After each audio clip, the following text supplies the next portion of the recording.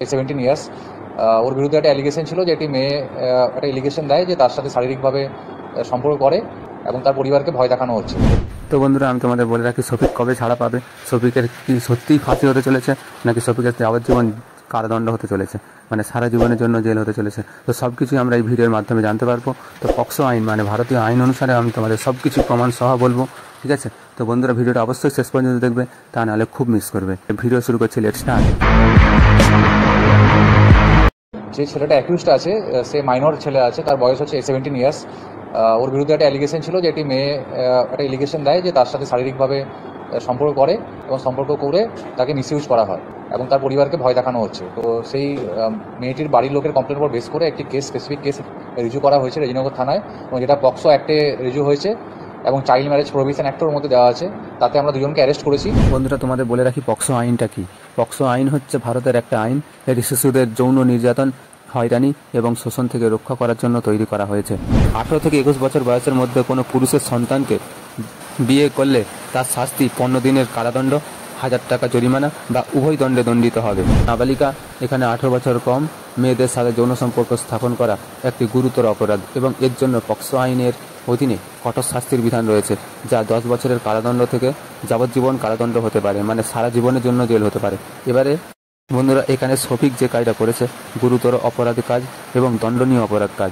বন্ধুরা, এখানে একটা প্রশ্ন হবে যে শফিকের জেল কতদিনের জন্য হতে পারে, তো শফিকের শাস্তিটা কি হতে পারে।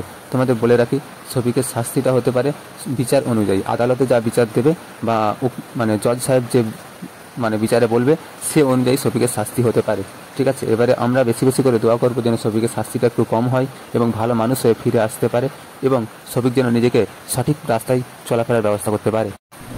যে ইউটিউবারের কথা আপনারা বলছেন, সেই ছেলেটির বয়স 17 বছর। তো অ্যাজ পার পক্সো অ্যাক্ট তাকে আমাদের জুভেনাইল জাস্টিস যে বোর্ড আছে জেজেবি, সেখানে প্রোটেকশন করতে হবে এবং তারা যেটা সিদ্ধান্ত নেবে তাকে মেবি হোমে স্থানান্তরিত করা হবে এবং আমাদের বাকি যে লিগেল প্রসিডিওর আছে মেডিকেল থেকে শুরু করে সেখান থেকেই হবে। আমরা পিসি নিচ্ছি না, কারণ জুভেনাইলদের পিসি নেওয়া হয় না।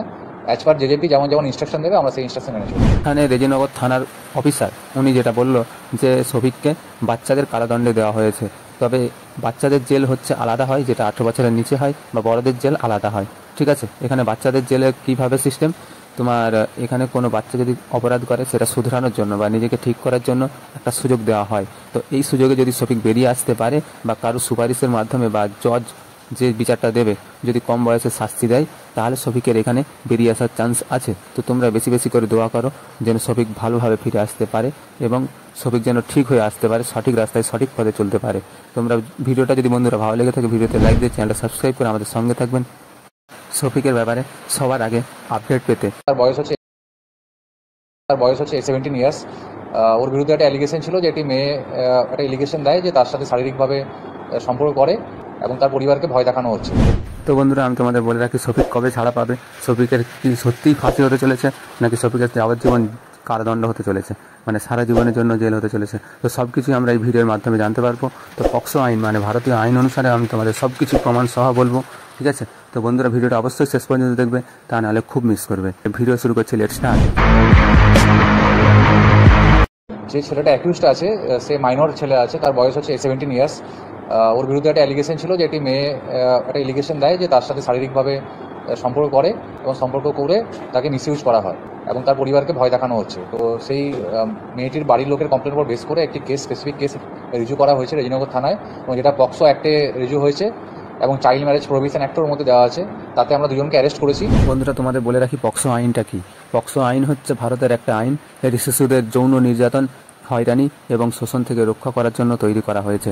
18 থেকে 21 বছর বয়সের মধ্যে কোনো পুরুষের সন্তানকে বিয়ে করলে তার শাস্তি 15 দিনের কারাদণ্ড, 1000 টাকা জরিমানা বা উভয় দণ্ডে দণ্ডিত হবে। নাবালিকা, এখানে 18 বছর কম মেয়েদের সাথে যৌন সম্পর্ক স্থাপন করা একটি গুরুতর অপরাধ এবং এর জন্য পক্সো আইনের অধীনে কঠোর শাস্তির বিধান রয়েছে, যা 10 বছরের কারাদণ্ড থেকে যাবজ্জীবন কারাদণ্ড হতে পারে, মানে সারা জীবনের জন্য জেল হতে পারে। এবারে বন্ধুরা, এখানে শফিক যে কাজটা করেছে গুরুতর অপরাধ কাজ এবং দণ্ডনীয় অপরাধ কাজ। বন্ধুরা, এখানে একটা প্রশ্ন হবে যে শফিকের জেল কতদিনের জন্য হতে পারে, তো শফিকের শাস্তিটা কি হতে পারে। তোমাদের বলে রাখি, শফিকের শাস্তিটা হতে পারে বিচার অনুযায়ী, আদালতে যা বিচার দেবে বা মানে জজ সাহেব যে মানে বিচারে বলবে সে অনুযায়ী শফিকের শাস্তি হতে পারে, ঠিক আছে, এবারে আমরা বেশি বেশি করে দোয়া করবো যেন শফিকের শাস্তিটা একটু কম হয় এবং ভালো মানুষ হয়ে ফিরে আসতে পারে এবং শফিক যেন নিজেকে সঠিক রাস্তায় চলাফেরার ব্যবস্থা করতে পারে। যে ইউটিউবারের কথা আপনারা বলছেন সেই ছেলেটির বয়স 17 বছর। তো অ্যাজ পার পক্সো অ্যাক্ট তাকে আমাদের জুভেনাইল জাস্টিস যে বোর্ড আছে জেজেবি সেখানে প্রোটেকশন করতে হবে এবং তারা যেটা সিদ্ধান্ত নেবে তাকে মেবি হোমে স্থানান্তরিত করা হবে এবং আমাদের বাকি যে লিগেল প্রসিডিওর আছে মেডিকেল থেকে শুরু করে সেখান থেকেই হবে। আমরা পিসি নিচ্ছি না, কারণ জুভেনাইলদের পিসি নেওয়া হয় না। অ্যাজ পার জেজেপি যেমন যেমন ইনস্ট্রাকশন দেবে আমরা সেই ইনস্ট্রাকশন মেনে চলব। এখানে রেজিনগর থানার অফিসার উনি যেটা বললো যে শফিককে বাচ্চাদের কারাদণ্ডে দেওয়া হয়েছে, তবে বাচ্চাদের জেল হচ্ছে আলাদা হয়, যেটা 18 বছরের নিচে হয়, বা বড়দের জেল আলাদা হয়। ঠিক আছে, এখানে বাচ্চাদের জেলে কীভাবে সিস্টেম, তোমার এখানে কোনো বাচ্চা যদি অপরাধ করে সেটা শুধরানোর জন্য বা নিজেকে ঠিক করার জন্য একটা সুযোগ দেওয়া হয়। তো এই সুযোগে যদি শফিক বেরিয়ে আসতে পারে বা কারো সুপারিশের মাধ্যমে বা জজ যে বিচারটা দেবে যদি কম বয়সে শাস্তি দেয়, তাহলে শফিকের এখানে বেরিয়ে আসার চান্স আছে। তো তোমরা বেশি বেশি করে দোয়া করো যেন শফিক ভালোভাবে ফিরে আসতে পারে এবং শফিক যেন ঠিক হয়ে আসতে পারে, সঠিক রাস্তায় সঠিক পথে চলতে পারে। তোমরা ভিডিওটা যদি বন্ধুরা ভালো লেগে থাকে ভিডিওতে লাইক দিয়ে চ্যানেলটা সাবস্ক্রাইব করে আমাদের সঙ্গে থাকবেন শফিকের ব্যাপারে সবার আগে আপডেট পেতে।